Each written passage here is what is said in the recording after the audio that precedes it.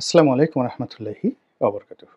সম্মানিত দর্শক, রাজনীতির কোনো গুণগত পরিবর্তন হয়নি এবং অবস্থা দৃষ্টি মনে হচ্ছে যে রাজনীতির আগের যে ধারাবাহিকতা এটি অতীতের যে কোনো সময়ের চাইতে আরও পরনির্ভরশীল এবং আরও জটিল এবং আরও গুণগত মানের দিক থেকে নিম্ন অবস্থায় পৌঁছে গেছে।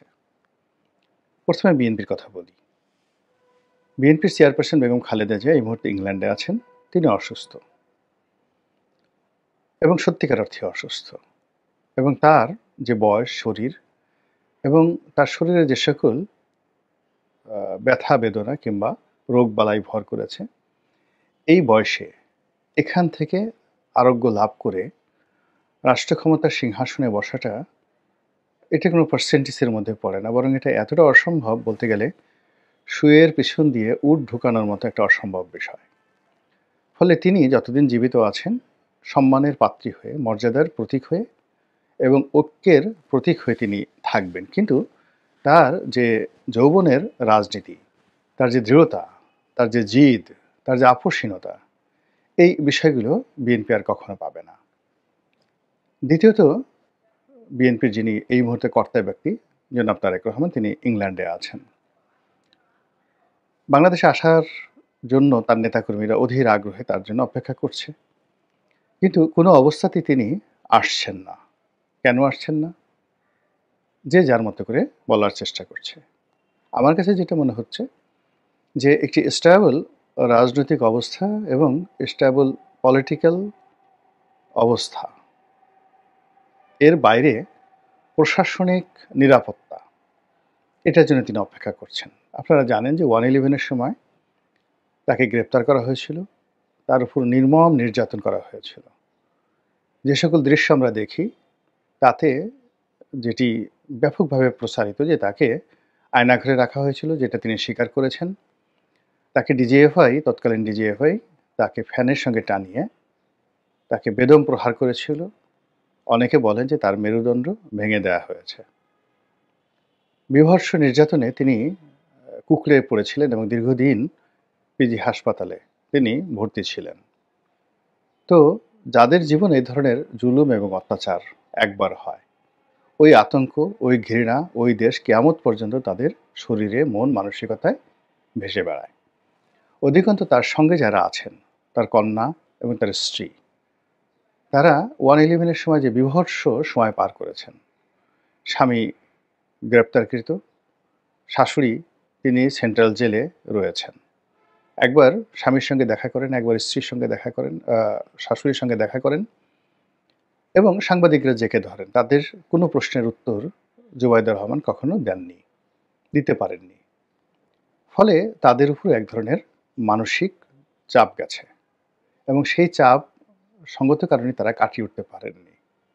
আমরা দেখেছি বেগম জিয়া যখন মরণাপন্ন ছিলেন, ঠিক সেই সময়টিতে তার দ্বিতীয় সন্তান কোকুর স্ত্রী বারবার এসেছেন, শর্মিলা রহমান এসেছেন, কিন্তু জুবাইদা রহমান বাংলাদেশে আসেননি বা আসার মতো পরিবেশ তিনি অনুভব করেননি। এর কারণ হলো ওই যে তার যে ট্রমা, 1/11-এর যে ট্রমা, যেটি কোকুর স্ত্রীকে ওইভাবে আকর্ষণ করেনি বা ওইভাবে আঘাত করেনি যেটা জুবাইদা রহমানকে করেছে।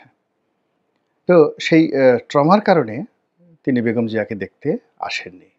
আর এখন আওয়ামী লীগ জমানাতে তাদের জন্য বা তাদের পরিবারের জন্য অন্তত একটা জিনিস ছিল, সেটা হলো জেলখানাটা নিরাপদ ছিল, রাষ্ট্রীয় গ্যারান্টি ছিল এবং রাষ্ট্রের অনেকগুলো ইনস্টিটিউশন অ্যাক্টিভ ছিল। সেটা এখন নেই।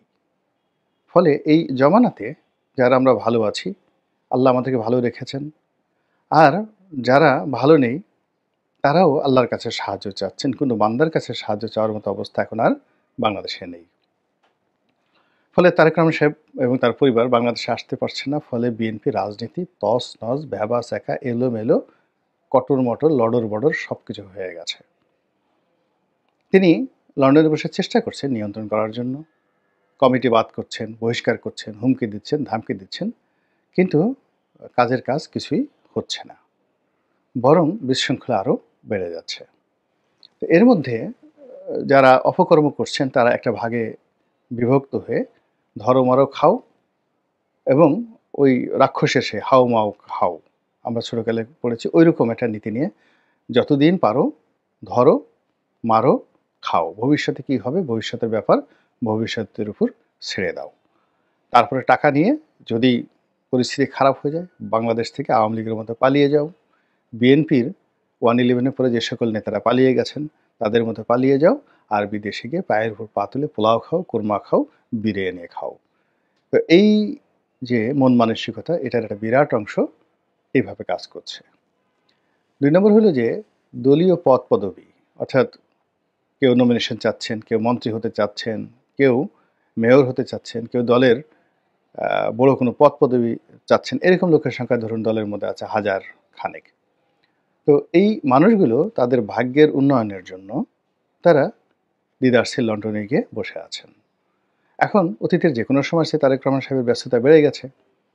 ফলে লন্ডনে গিয়ে তারা দিনের পর দিন, কখনো মাসের পর মাস বসে অপেক্ষা করছেন এবং তারেক রহমান সাহেবের সঙ্গে একটা ফটো তুলে তারপরে ফেসবুকে দিয়ে এরপরে তারা স্বস্তি নিয়ে বাংলাদেশে ফিরে আসছেন। এরকম নেতার সংখ্যা অসংখ্য, ১। ২ নম্বর হলো যে যেহেতু এখন দল ক্ষমতায়, এখন বড়, বড় নেতাদের বিরুদ্ধে তারেক রহমান সাহেবের কাছে নানা রকম অভিযোগ আছে। যেমন ধরেন একজনের নাম ধলা। তো ধলা একজন বড় নেতা। ধলার কর্মীরা বিভিন্ন এলাকাতে মারামারি করছে। তো মারামারি করছে, কাটাকাটি করছে। আর ধলার অপোজিট নেতা, তার নাম কলা। এখন কলা আবার করল কি, তার নেতার কাছে, তারেক রহমান সাহেবের কাছে ধলার বিরুদ্ধে অভিযোগ করলো যে ধলার লোক পুরো সায়দাবাদ খেয়ে ফেলছে। আবার ধলার যারা লোকজন আছেন বা ধলার নিচে কলার বিরুদ্ধে অভিযোগ করলো যে এখানে অন্য কোনো বিষয় না, এলাকাতে আমরা শান্তি শৃঙ্খলা বজায় রেখেছি এবং মিস্টার কলা এখানে আসতে পারেন না, আমরা ব্যারিকেড দিয়ে রেখেছি, এজন্য আমাদের বিরুদ্ধে তিনি আপনার কাছে বলেছেন। ফলে এই ধলা কলার ছলা কলায় জনাব তারেক রহমানের নাক কান পঞ্চ ইন্দ্রিয় ঝালাপালা হয়ে গেছে এবং দিন শেষে তিনি সবার সঙ্গে রাগ করছেন, অভিমান করছেন। আবার এই অভিমান করার জন্য ধলা কলা ছলা কলার বস্তা ভরে আবার তারা লন্ডনে পাড়ি দিচ্ছেন। তো এই গেল বিএনপির অবস্থা লন্ডন কেন্দ্রিক। শেখ হাসিনার যারা লোকজন, এরা আবার দিল্লি কেন্দ্রিক। অর্থাৎ শেখ হাসিনাকে বাদ দিয়ে একটা রিফাইন্ড আওয়ামী লীগ হবে, এরকম যে কথাবার্তা হচ্ছিল, এটা কেউ সাহস পাচ্ছে না, এটা হবে না। এর কারণ হলো আওয়ামী লীগের জমানাতে বা 111-এর জমানাতে এই যারা সংস্কারবাদী ছিল, তাদের যে কি দুর্ভোগ এবং দুর্দশা হয়েছে। আওয়ামী লীগ এবং বিএনপি উভয় দলই সামরিক শাসনের জাতাকলে পড়ে দলকে রিফাইন করার জন্য আওয়ামী লীগের সবচেয়ে সেরা, যেমন সুরেন্দ্র সেনগুপ্ত, তোফায়েল আহমেদ, আমির হোসেন আমু, যাদেরকে সংক্ষেপে র্যাড বলা হতো, তাদের সঙ্গে জনাব সাবির হোসেন চৌধুরী, বগুড়ার আব্দুল মান্নান সাহেব, তারপরে শেষে আখমদ জাহাঙ্গীর হোসেন সাহেব, মাহমুদুর রহমান মান্না সাহেব থেকে শুরু করে, মানে শেখ হাসিনা রিক্রুট করা সবচেয়ে মেধাবী যারা লোকজন তারা এবং বঙ্গবন্ধুর হাতের রিক্রুট করা মেধাবী লোকগুলো সব শেখ হাসিনাকে মাইনাস করার চেষ্টা করেছে, কিন্তু হয়নি।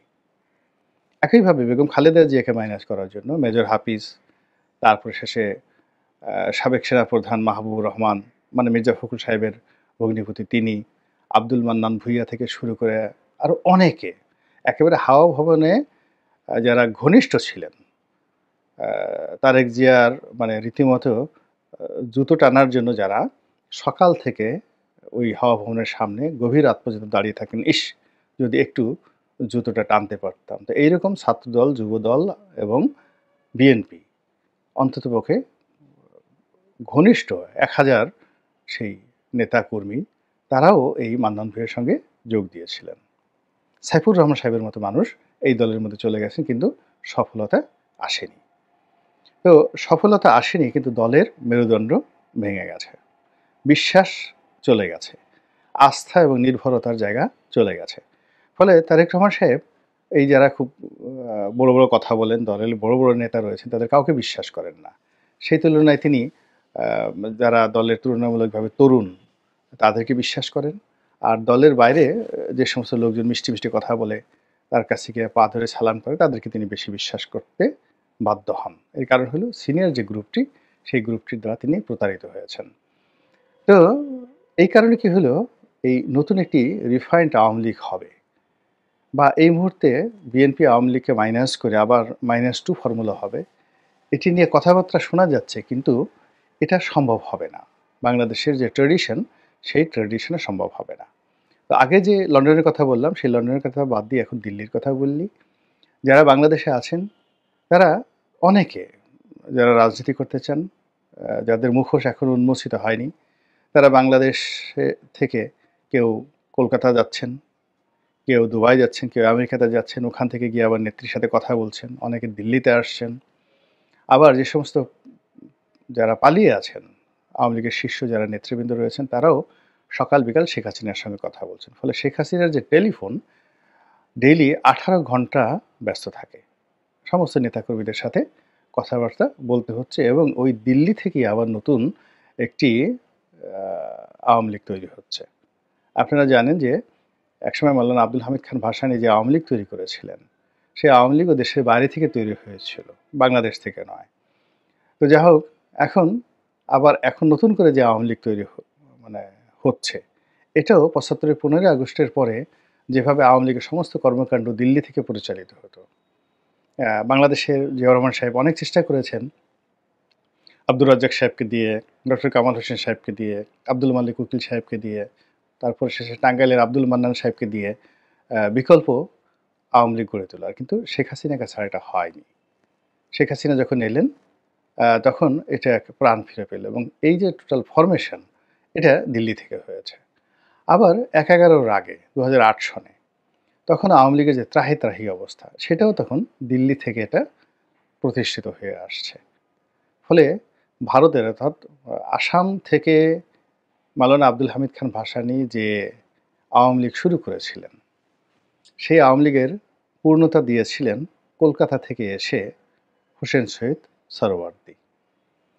আবার এই আওয়ামী লীগ যখন বিপদে পড়েছিল, তখন সেই আওয়ামী লীগের পাশে এসে দাঁড়িয়েছিলেন সেই ভারতের যে সরকার, আগরতলাতে এসে। অর্থাৎ ১৯৬৯-এর গণ অভ্যুত্থানের আগে আগরতলাতে আবার আওয়ামী লীগের পুনর্জন্ম হলো সেই আইয়ুব খানের মার্শালয়ের জমানাতে। এর আগ পর্যন্ত আওয়ামী লীগের অফিস আমিনা রহমান ছাড়া অন্য কেউ বাতি জ্বালানোর মতো ছিল না। কিন্তু এটাকে ফ্লারিশ করার জন্য, যেটাকে আমরা এখন আগরতলার ষড়যন্ত্র মামলা বলি, এই ষড়যন্ত্র মামলার হাত ধরে আওয়ামী লীগ স্বাধীনতার আগে একবার প্রতিষ্ঠিত হলো। মুক্তিযুদ্ধের সময় আবার কলকাতা, আবার দিল্লি আওয়ামী লীগকে প্রতিষ্ঠা করলো।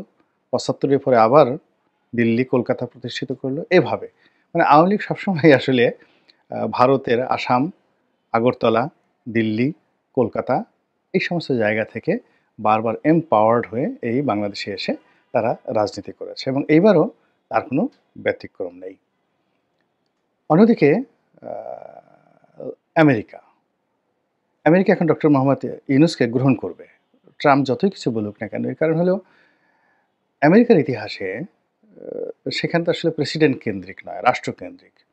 তো সেখানে রাষ্ট্রে যে মূল্যায়ন টিম রয়েছে, তারা দেখবে যে বাংলাদেশের স্বাধীনতার পরে এখনো পর্যন্ত ডক্টর মোহাম্মদ ইউনূসের মতো আমেরিকার বিশ্বস্ত বন্ধু এই বাংলায় দ্বিতীয়জন পয়দা হয়নি, আগামীতেও কেউ পয়দা হবে না। ফলে এটা তাদের জন্য একটা রহমত, তাদের জন্য একটা নিয়ামত ডক্টর মোহাম্মদ ইউনূস, এবং তার সঙ্গে যে সমস্ত লোকজন ঢুকে দেওয়া হয়েছে, যেমন আলী রিয়াজ সাহেব আছেন, খলিলুর রহমান সাহেব আছেন, এরাও আমেরিকার মানে যাকে বলা হয় ডেড ফ্রেন্ড, আমেরিকার জন্য জীবন দিবে।